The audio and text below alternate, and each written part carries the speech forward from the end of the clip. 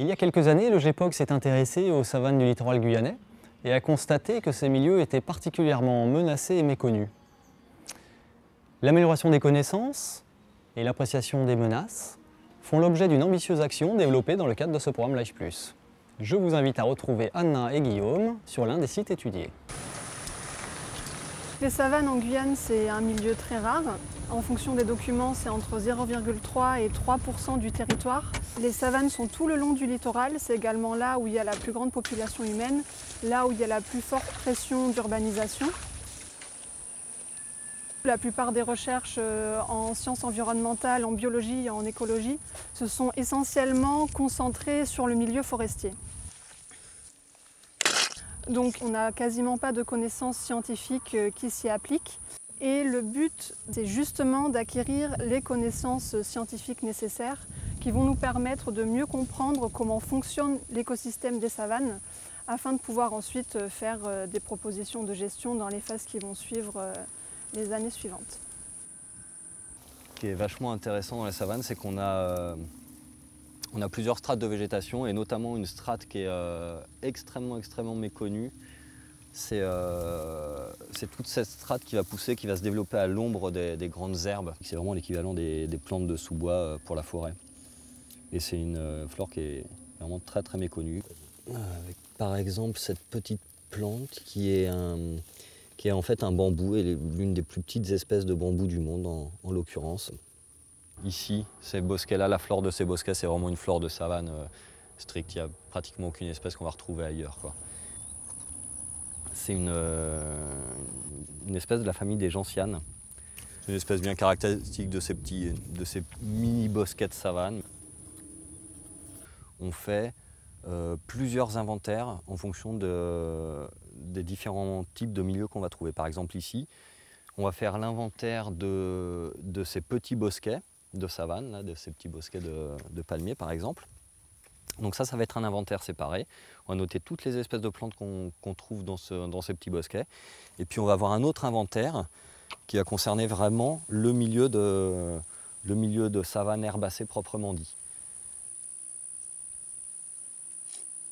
Là, on voit bien les différences de couleur, de composition et de texture des différents échantillons, de la surface jusqu'en profondeur, donc sur les 1,20 m qu'on creuse. Donc il y a des différences de composition, il y a plus ou moins de sable, d'argile, il y a le fer qui s'accumule dans les petits agglomérats rouges là. Et donc ça va donner des informations sur la nature du sol. Le but, c'est de faire le lien entre ces échantillons qui sont prélevés à l'emplacement du point GPS au carottage avec l'ensemble de la végétation qu'on a aux alentours qui est déterminée par le botaniste. Donc les analyses du pédologue et du botaniste vont nous permettre de mieux comprendre le fonctionnement écologique des différents milieux qu'on a dans les savanes de Guyane. 90 sites ont été étudiés sur les communes de Makouria, Kourou, Sinamari et Irakubo. Les données pédologiques et botaniques seront croisées aux données ornithologiques. Olivier est l'un des ornithologues chargés de ces inventaires. Je me sers d'un lecteur MP3 pour identifier les oiseaux. Donc en fait, quand j'entends un chant que je trouve douteux, je vérifie grâce à cet appareil-là. Et dans certains cas, je peux essayer de les appeler pour confirmer l'identification. Martinet Claudia, un individu qui passe en vol. Tyran mélancolique, 3 individus. Il y a des heures particulières pour observer et écouter les oiseaux parce qu'il y a une plus grosse activité tôt le matin, surtout au niveau des champs, parce qu'après il fait souvent trop chaud pour que les oiseaux soient actifs.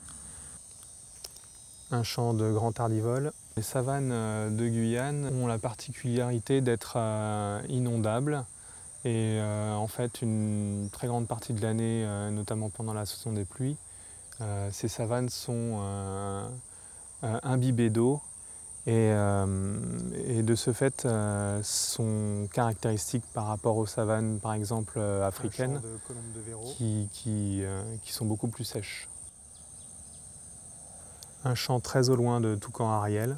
Le but de la mission, c'est pas de trouver des espèces exceptionnelles, c'est plutôt de trouver des espèces patrimoniales rares des savanes. Et pour ça, en fait, ça a été un succès puisque les espèces attendues ont été trouvées sur les sites attendus. Les résultats de cette première phase serviront à l'élaboration des mesures concrètes de conservation prévues dans les prochains mois.